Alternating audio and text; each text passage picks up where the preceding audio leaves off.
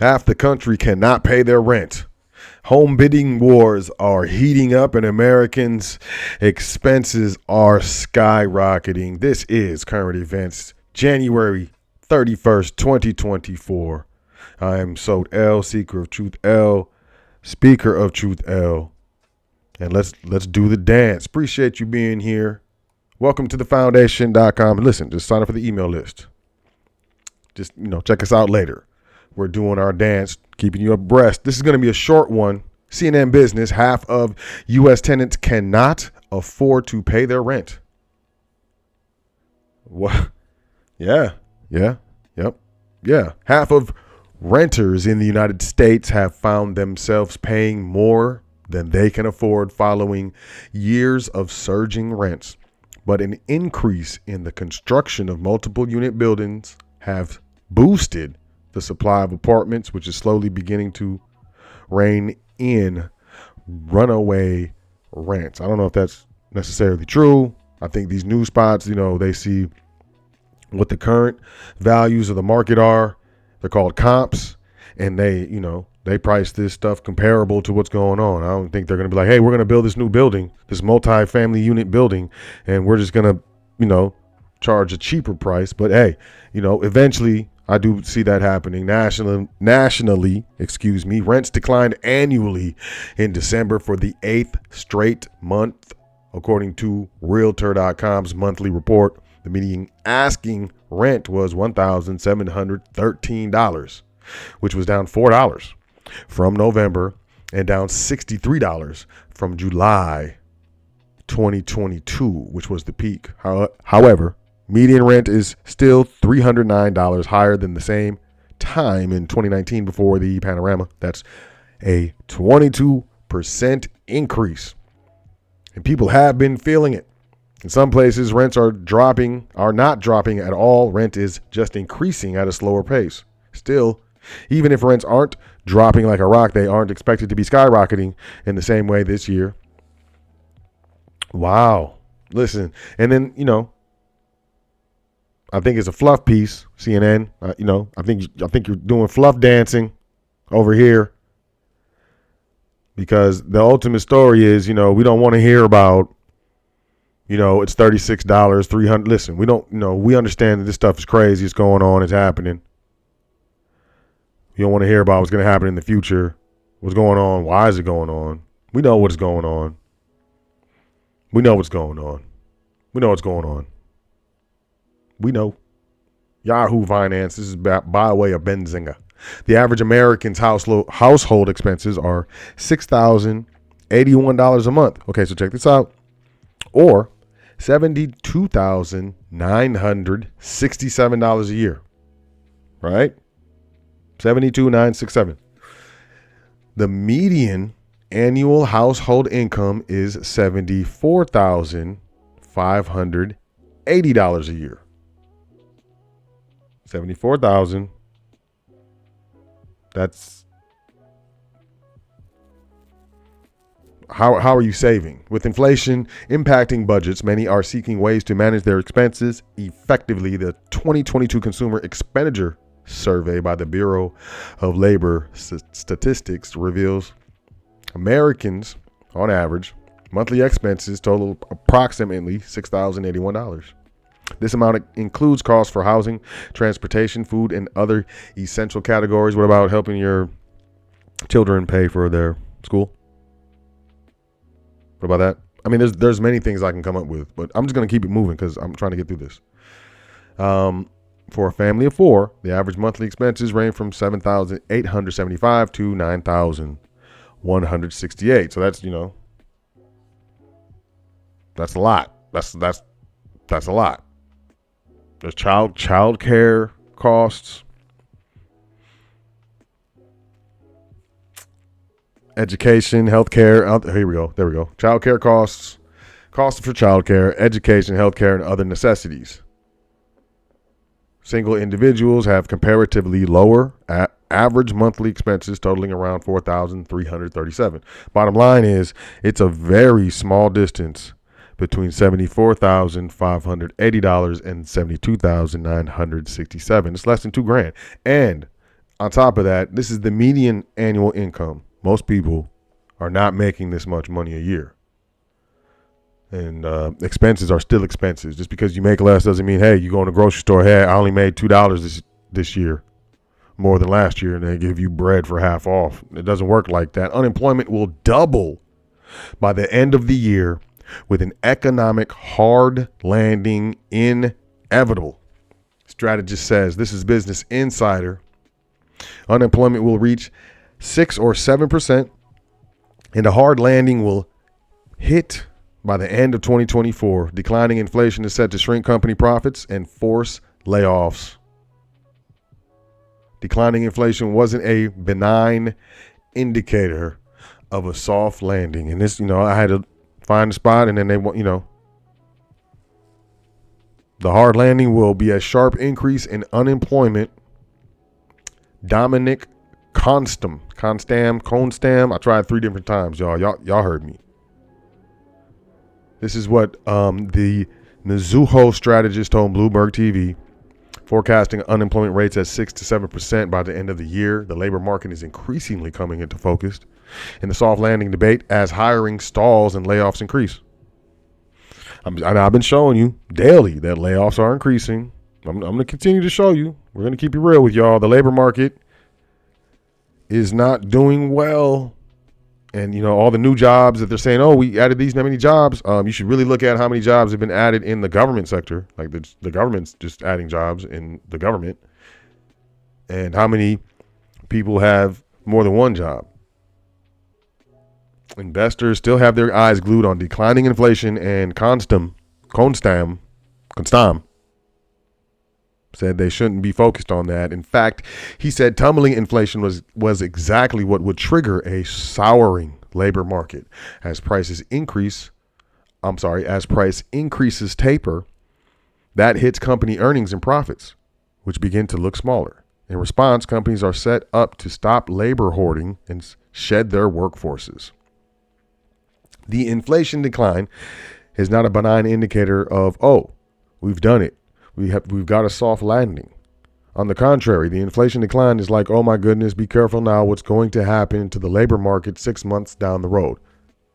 Corporations, by publicly traded corporations, y'all, are expected to continually increase profits. Continually. Now, they just squeezed a bunch of profits by, the increase in prices, after the panorama, fourth quarter, what you got? The holidays, holidazzle. And with that, we're coming into another year, 2024, and we have multiple reports of the consumer in the United States being maxed out. Defaults on car loans, defaults on mortgages. People aren't paying their rent now, we're reporting. Defaults all across the board on credit cards. Lots of money being charged up on credit cards in the United States. Like it's to a point where it's never been. It's unprecedented. So as profits begin to decrease, to shore up value and to make the companies look like they're spending less, you got to let people go. You got to lay people off. Stocks look highly vulnerable, and the economy is likely to enter a year-long recession. This is a 30-year market veteran. The longtime market watcher and strategist, John Wolfenberger, expects stocks to crater and the U.S. economy to tip into a prolonged recession. In a note published Monday, the 32-year investing veteran pointed to several economic indicators that were flashing warnings of a downturn, as well as a deteriorating earnings reports and overvalued stocks, deterioration, in earnings, overvalued stocks and irrational exuberance, similar to that of the early 2000s tech bubble. He said the Conference Board's leading economic index, for one, had continued to decline at an annualized pace only seen during recessions.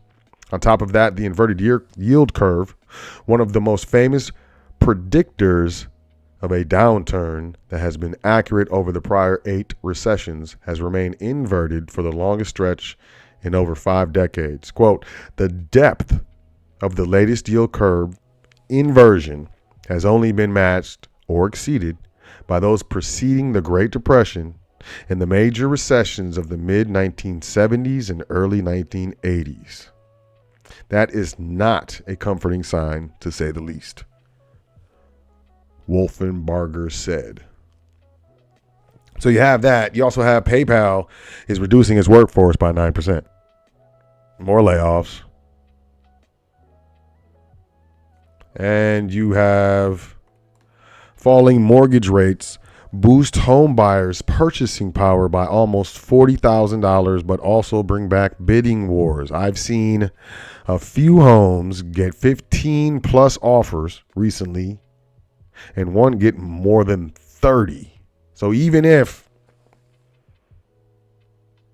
mortgage rates are falling, aspiring homeowners have gained nearly $40,000 in buying power in a matter of months. But that power comes with the catch: increased competition. Now that the 30-year mortgage rate has fallen from nearly 8% to below 7%, home buyers with a monthly housing budget of $3,000 can afford a house. Look, they cut me out. They cut me out. They cut me out. But bottom line, there's bidding wars. Bidding wars are back. If you can find a house you like, there's going to be a bidding war. Good luck with that. U.S. financial giants shedding jobs in 2024. Of course, we got PayPal, Block Incorporated, Citigroup, NASDAQ, the exchange, BlackRock, asset managers, to say the least. And Pentagon calls out Chinese companies allegedly helping military. We got to watch for this. Not only is this technology, this is tech. This is also geopolitics. The United States added more than a dozen Chinese companies to a list created by the Defense Department that highlights entities that are alleged to be working with Beijing. I think it's getting serious. Matter of fact, I know it's getting serious. And, we talked about Temu yesterday. Regardless of my position, I know what's happening. And I'm just protecting my privacy, my family's privacy. I'm just, protection, self-protection. Look, FBI director warns that Chinese hackers are preparing to wreak havoc on U.S. critical infrastructure. Critical infrastructure, lights, electricity, the electric grid, water is critical infrastructure, dams, power grids. These things are important. Now, whether or not this is true, whether or not this is clickbait, I don't know, man. But, the FBI, it's a United States government agency. China's hackers are positioning an American infrastructure in preparation to wreak havoc and cause real-world harm to American citizens and communities if or when China decides the time has come to strike. I don't know. This is like some preemptive. Like, this could be true or this could be the setup.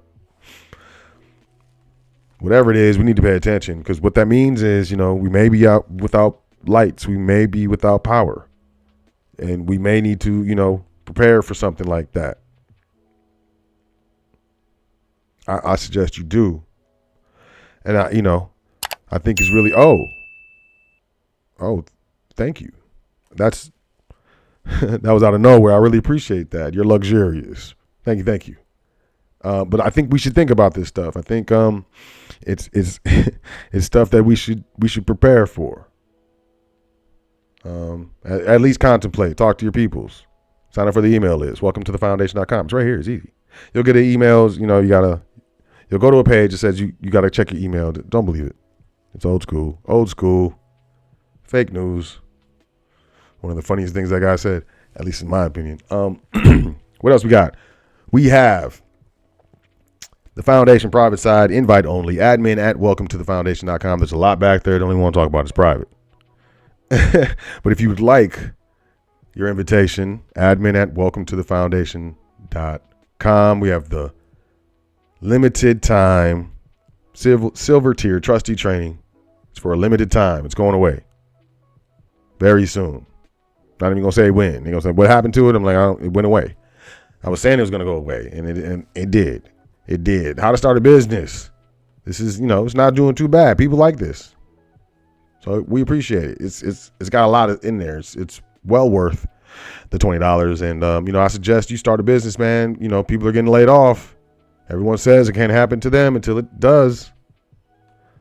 So do your dance. Do your dance. And, we have the Foundation Magazine. We are in our cybersecurity segmentation of the dance. I know this can look better than we don't know about. So, digital edition. We got the print edition. Do your dance. We appreciate the support.